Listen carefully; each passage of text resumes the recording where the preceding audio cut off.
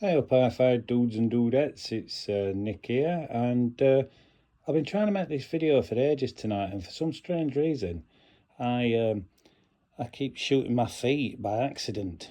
Not even by accident, I think they just want to get in on the act, so they keep sneaking in. So I've cunningly used a pair of the realistic MC1200 speaker grills as sort of a shield or a slipper. In fact, they probably might make decent slippers. I'm not sure they're going to continue to be great speaker grills, but anyway, let's get back on track. I apologize, I've got a bit of a cold, so if I sniff now and again, I know it's bloody annoying, but what can you do? I'm bending over looking down camera, and it's just making my nose run. So what have we got? We've got the legendary, I'll zoom in a bit, Technics SLD202.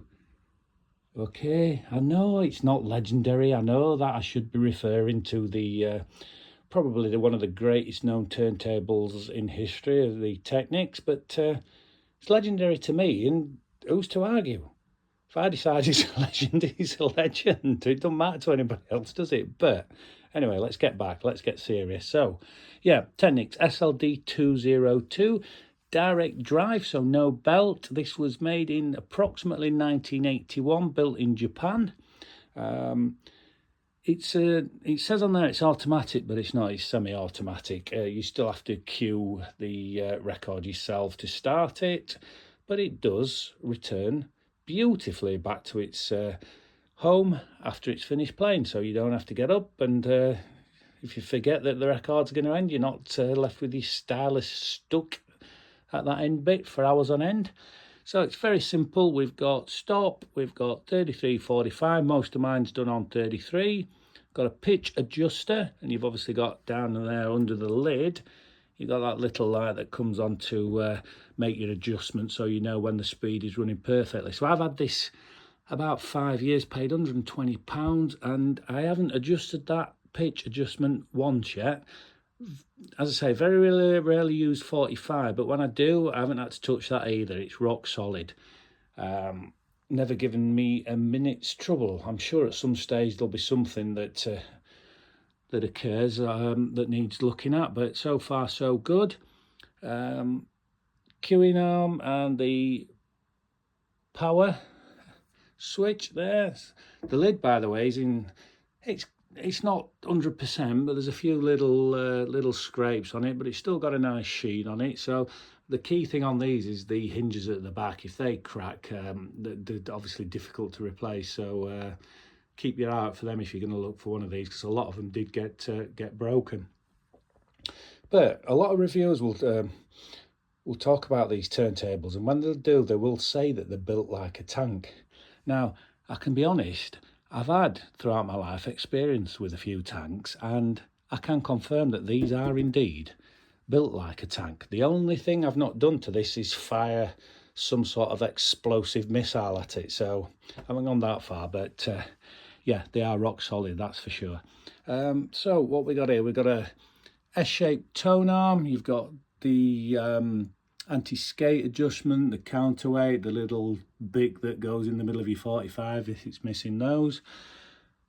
You've got a detachable head shell, which is fantastic. I love having a detachable head shell because it makes changing cartridges easy peasy. This is Audio Technica AT-VM 95E. Budget cartridge, but they sound awesome, and the great thing about these is you can upgrade that stylus. You don't have to upgrade the cartridge, so you can test out with a higher budget stylus, see if it affects the sound, makes it any better. Dead easy to get these styluses off here, just pull it out, push it back in to replace it, so that's a real positive. I've got an acrylic platter mat on this one.